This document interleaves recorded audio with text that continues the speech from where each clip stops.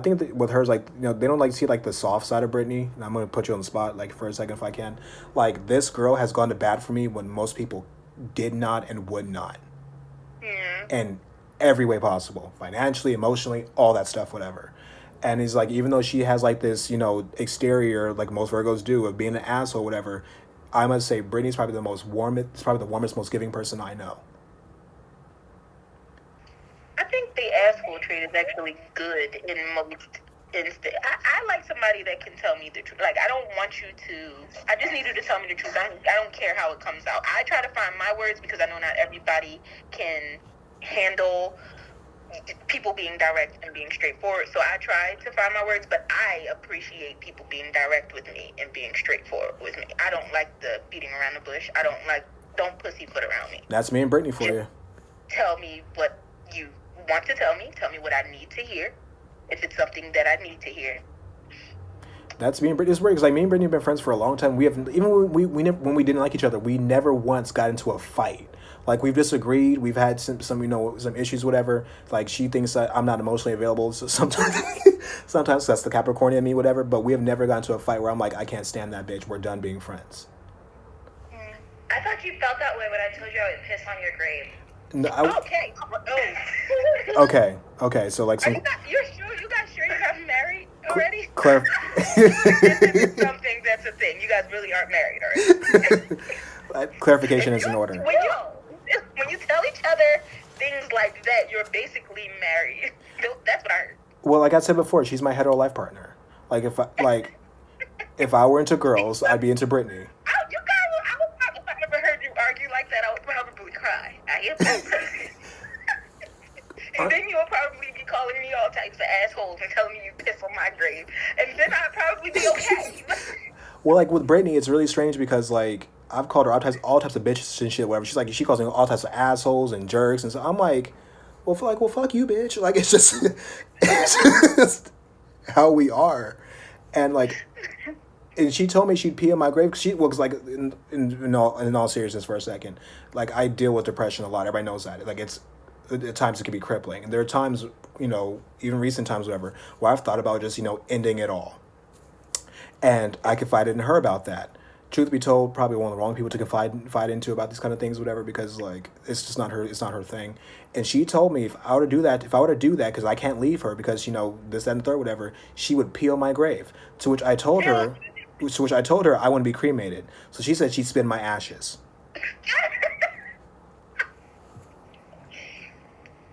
And like part of me thinks she's serious. So like. I am fully serious. Don't you dare. Listen, it's loving dysfunction. I love it. She told me I can't leave her. I'm like, bitch, like who the fuck is to tell me what I can and cannot do with my body? I'm pro-choice, okay? Well, I'll be saying to like her with my shiwi. I'm gonna stand next to her with my shiwi, Michael. See?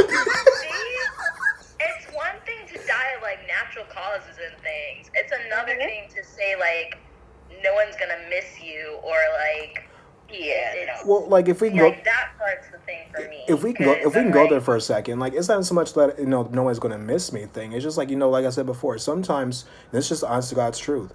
There are a lot of times I just don't want to wake up in the morning, and it's not one of those things where it's like, oh, who's gonna miss me? Quite frankly, I don't care. Like that's what it comes down to. Like sometimes people are like, oh, you pick stuff up by the bootstraps, blah blah blah. But sometimes you can't see the forest from the trees. And when I get in those spaces, whatever, it's not personal, and it's not like I'm meaning to hurt anybody's feelings or to devastate anybody, whatever. But at the same time, I'm in a situation where I can't see myself out of whatever, and sometimes that looks like the only available option to me. And when you said that, whatever, obviously I had a visceral reaction to that. I was like, what the fuck kind of shit is that, whatever. And I do appreciate that you care, but also there has to be some kind of understanding. It's like, look, I'm not saying this to hurt your feelings or to upset you or even to ask you for your help. I'm just telling you because you're my friend and you are very, very important to me. This is what I'm feeling right now because you have told me in the past that I don't open up to you emotionally, and when I do, you get offended or you get scared or you get galled by what I'm telling you. I'm like, this is why I don't tell people how I feel. Because I don't want people to worry or people to feel uncomfortable. I don't think it's an uncomfortable thing. Like, I don't know if anybody can have the right words to tell someone who feels that way. But if you are someone, if you're in someone's life who has these feelings, who feels like they don't want to wake up the next day, and even though it's not about you, especially telling that to your best friend, she probably feels helpless too. So sometimes the first response isn't always the best one, but I could understand feeling frustration because it's like, damn, like I'm here. Like if you ever needed anything, if you ever needed to talk, if you needed to, and I know it's not always about venting with depression, but when you have people who are in your corner, it's probably, I think it's hard for them to understand why them being there for you is not enough, maybe. Well, it's not so much that it's not enough. Like I know we're gonna go here, but I guess we can just make this another segment. Oh shit! I'm sorry. No, it's fine.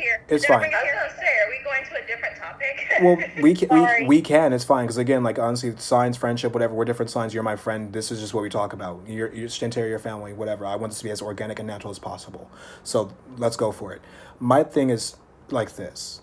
With my family, there are a lot of people who, in my estimation, in my truth, are dismissive of emotions and are dismissive of other people's emotions. And so for me, I don't feel emotionally safe to tell people how I feel because I'm afraid it's going to be dismissed. And so when, me and Brittany, because we had this talk a few months ago, whatever, and I told her, because we talk, she tells me how she feels, whatever, but I don't tell her how I feel.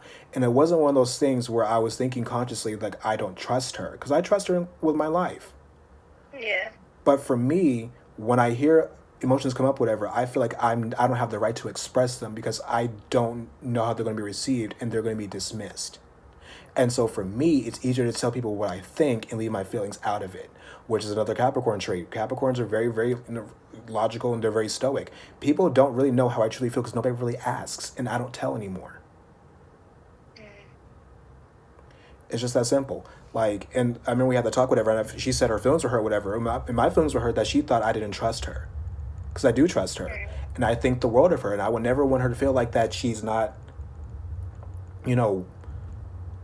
it or great or whatever it is for me, whatever. Because that's not what I thought at the time. That's not how I feel at the time, whatever. But for me, it's hard to tell people how I feel because I'm so afraid of the feeling itself. I don't know how to express it. Yeah.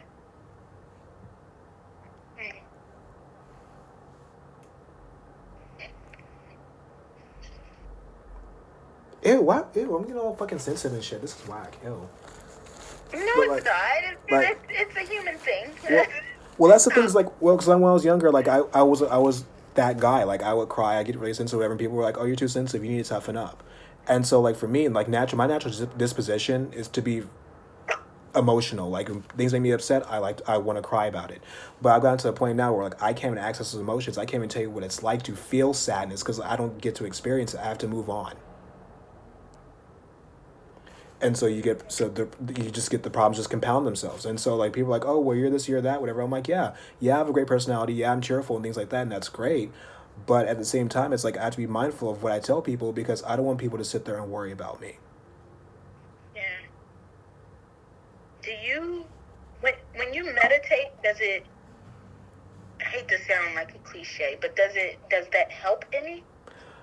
Yes and no. When you're not when you can turn your brain, is your brain always going and working? Yes. Doing some shit? Yeah. Well, that's the thing with meditation. What people don't understand about meditation is it's not meant to turn your brain off. I know. I know it's not meant to turn your brain off, but when you can genuinely and honestly just be where you are in that space, that space, being present. I think thinking too far into it turns it into thinking and not into meditation. Right. I don't think it's about turning your brain off, but I also think that you still have to be able to be in the present. Right. And be able to not turn everything off, but just focus on the now, right now, what's going on and what's happening. Am I safe? Like all of those things that you worry about, they're not going on right now, like in this moment. Right. Like when I meditate, I actually do one very particular one. It's mindfulness, whatever. So I have to focus on my breathing in particular, and that helps. Yeah. Until it's over. Yeah, like you can't do it all day. I get it. Right. And so like I go through the day, I'm like, I need to figure out how to get calm again. Because the saying goes, you're depressed about your past, you're anxious about your future. And so for me, it's like it's always that thing in my mind is like, oh, I can't keep it, I can't keep it, I can't keep it, I'm not gonna be able to keep it, and then it reinforces, because again, like again, the Capricorn thing, whatever. I have high standards for other people. I also have high standards for myself, Yeah. and my inability to actually meet my potential or meet what I think I can do cripples me, and it bothers me, and it makes me feel like I'm not good enough, and that carries over into everything else. Yeah. And so, like, I would love to say that, like, being smart was enough for me, but it's not. Because I've nothing. Because, like, for me, I have nothing to show for it. Being talented is enough for me because I have nothing to show for it. I don't meet my own standards. So, like, when I'm done meditating, whatever, and I feel good for that hour, the other 23 are dominated by what am I going to do to be upwardly mobile? What am I going to do to be a better Michael? What am I going to do to have job security? What am I going to do to make myself happy? So on and so forth. Whatever happiness is, which I don't even know what it is. And it's just a cycle that keeps happening over and over and over again. I'm emotionally attached to results. I'm not emotionally attached to being present. I have to see it, I have to touch it, I have to be able to see there's some kind of tangible proof, a receipt of what I am doing. So you think that you're just trying? No, I'm gonna shut up. Because to me it sounds like you're trying to figure out the purpose of everything. Is that what you're? Well, it's like, like for me, like, I know it's gonna be like one of these situations, but for me, it's like, because I like I told you before, I ascribe to numerology. And it's like one of those things was like, what do you put on this earth to do? Like for me, I've always loved talking and teaching. I've always loved it. It makes me happy. Sharing what I know makes me happy. Like You're good at it. I can't describe how I'm happy. No, I'm about to cry about this, but how happy I feel being able to tell people about my love of history, or my love of politics, or what's going on in current events, and sharing my opinion, whether you like it or not. I don't care. It makes me happy to give information. Yeah. And so for me, I know my purpose. I was put on this earth to teach in some capacity, be it in the classroom, life coaching, whatever. That's what I know I'm most effective at. Yeah. So I know my purpose. It's not so much that issue. It's just the fact that, you look at yourself, whatever, like, I'm like, how could I sit there and help people or coach people when I can get out of my own way? When I'm stuck in this dark space a lot of the time. And the people who I need to talk to about it are also stuck in their dark spaces, whatever, but they're hiding it from me. And you find out after the fact. Yeah. So then it's like we're not getting where we need to get to, whatever, because there's no sense of community, or there's no sense of I got you, you got me, because, I'm down here, you're up here, whatever. I don't want to bring you down to where I'm at to make me feel better.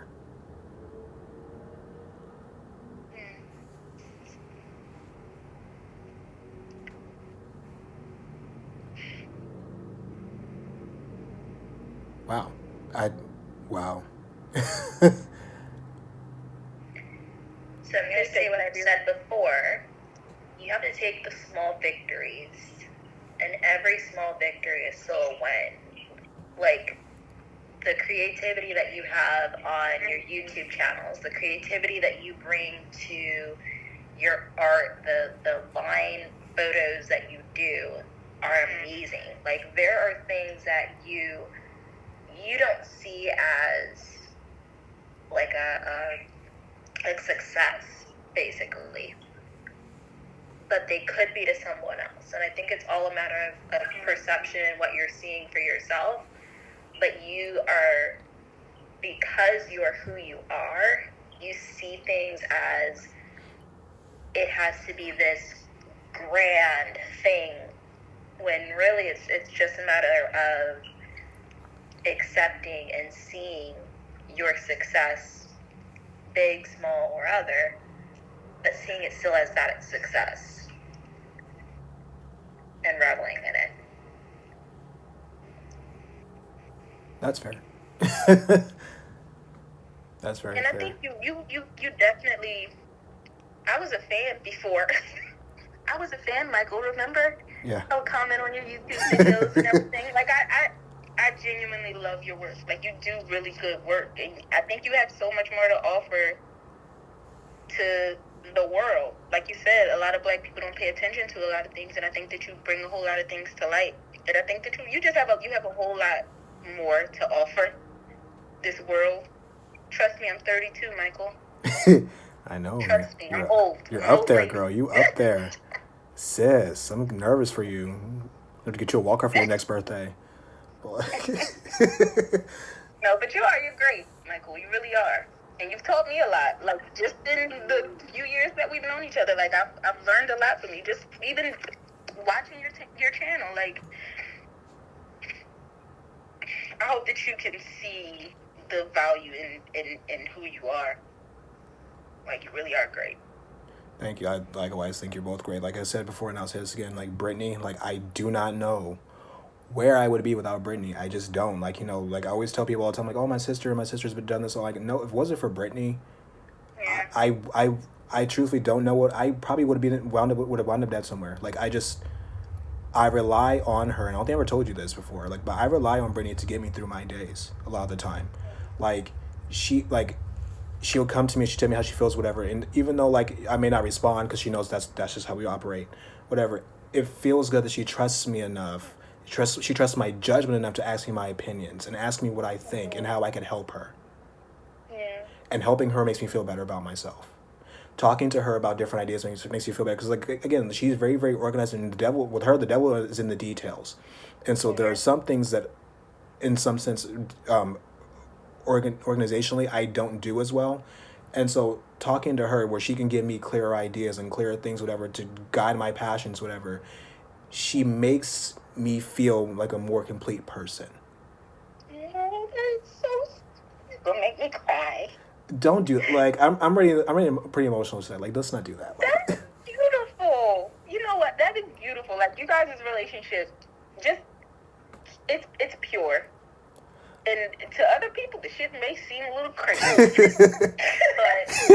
you guys, no, like seriously, like you know what you have, and I think that's important. Like, it's really hard to like I told you, Michael, my siblings are my best friends. Like, right. I genuinely don't feel like I need anyone else, but that's 4 other people.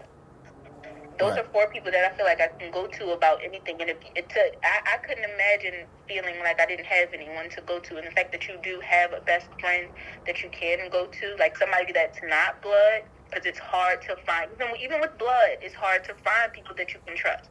So that's important. I agree.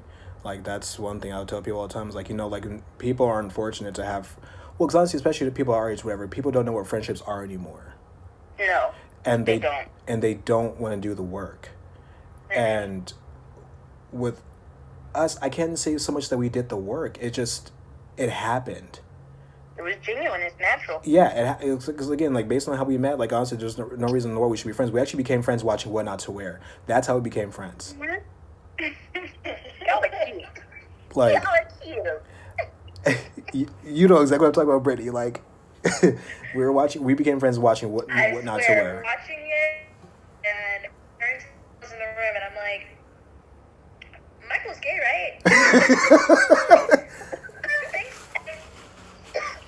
Sure, because I haven't met a straight guy who knows Clinton Kelly and Stacey London and Carmody, and we get along so well watching this show. So, like, I mean, no judgment either way, but I'm just saying, do you guys really know him?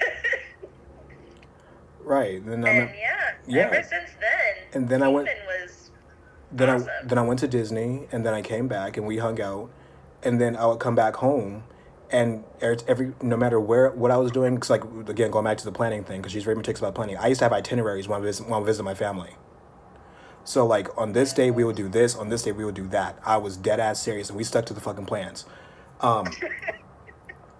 And every time I had something, Brittany was right there, no matter what. And it's like we just became better and better friends to the point where we exchanged numbers after a couple years, and No kidding. right. And then we would text and call each other since then pretty much every day. Like, there's not a day that goes by I don't hear from her, or vice versa. Even if it's some stupid Facebook shits or there's some random ass whatever the fuck, I hear from her every day, and I look forward to hearing from her every day. And, you know, a lot of people, they don't have that with their friends, and it's like I'm like when I say my friends are everything to me. My friends, when you're my friend, you are my friend, and nothing is going unless you like do some like catastrophically horrible shit. It's gonna like fuck that up for me. Yeah. So That's like, beautiful, guys. so I don't think I've ever said this to Brittany. I'm like, wow, I've never said this to you, Brittany. I'm like, wow, No, you haven't. surprise. Well, no, cause like every year we send like these sappy ass text messages and shit for our birthdays, but but like seriously, like she makes me cry every year. But I make him cry every year. without fail. Like it's not even like that cute Shannon Doherty from Charmed cry where she can just have the tears fall and her face looks relatively normal. It's like that Kim Kardashian ugly cry. Like Kim Kardashian? Kim Kardashian or Kerry Washington? she Kims me. Like I can't do that whole like look, oh, and fits, oh, lip shiver. Oh no. Like my face, because I have a big head and I have like a really long forehead, whatever. So my face gets scrunched up and shit. So I'm like, yo, I'll go from like a 5 to like having an 8 head. And I'm like, oh damn, this is not a good look, like at all. Oh, I love hearing stories like this, guys. I'm a sap. I love it. It's beautiful, man. It really is a blessing just to find people that you can trust. Right. Hope you guys always have this relationship. It really is a blessing. As long as she doesn't like piss on I my will grave. say, I don't share very much, and like I don't share much on social media. I don't share much like in person. I will willingly give bits and pieces of information depending on how much I trust you. But I will say with Michael, I don't worry about the judgment. And I think that's the biggest thing is I don't have to worry if I say something wrong, if it's not politically correct, if it is, if it's something that I want to know I can trust him to look it up and find it. If I didn't do it already, like, I know I'm going to get a straight answer without necessarily the judgment that comes with it. Yeah. And so that's what I appreciate more than anything. Yeah, because honestly, truth be told, I feel like I'm like listening to a love story. I love it. well, truth be told, like honestly, if the stuff that me and Brittany have said to each other off camera, off whatever the fuck, in our personal conversations, ever made it see the light of day, whatever, we'd be canceled left, right, and center with no hopes of a recall or a reboot or a spinoff or a sequel. She'd have no job. I damn sure wouldn't have a job. I probably would be in jail somewhere. Truth be told, because The shit that we say is kind of. like it's like really. Oh, I know. We should never have children because. Y'all would probably make the best parents too. Like if you guys were like co-parents, you would probably make the best parents. We would have some ugly ass kids though. For real, all this shit we talk. Oh my god, like these little fucking gremlins. Oh man, you guys would hate me. I'm always that person like, oh, don't say that about the kids. My thing is like this, like not for nothing. If your kid's ugly, if you know your kid's ugly, don't fucking bullshit me. Oh gosh,